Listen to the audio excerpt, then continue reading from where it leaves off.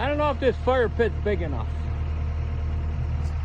Gotta move it with my backhoe. Old track off that excavator. Still a buncher. That's the new one. Here's the old one. There. That was the size of the old one. That's the new one. That bottom stuff.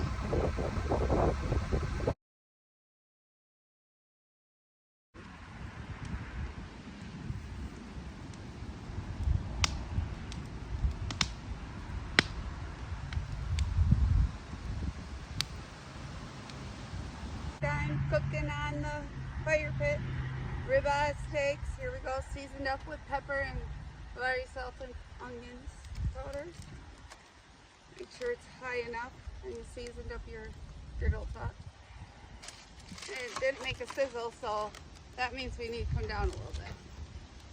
So how you come down a little bit is you grab your handle and you just move it down a little bit. And make sure you got tongs that are going to be long enough. And I always use aluminum foil or parchment paper on my pan so I don't have to wash it. And then cook them about 5 minutes on each side. Just watch them. Just need them to grill nicely. We'll show you next part in a little bit.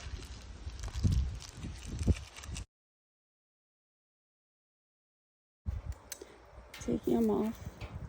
He loves mine. Don't say that. I've had them for a lot of years. I don't replace things. Look how nice those steaks are. Perfect. Now you let them rest. Put the lid on and let them rest. You're gonna need that in there. Could have spun that out of the way and it made it a lot easier. All right. Nice.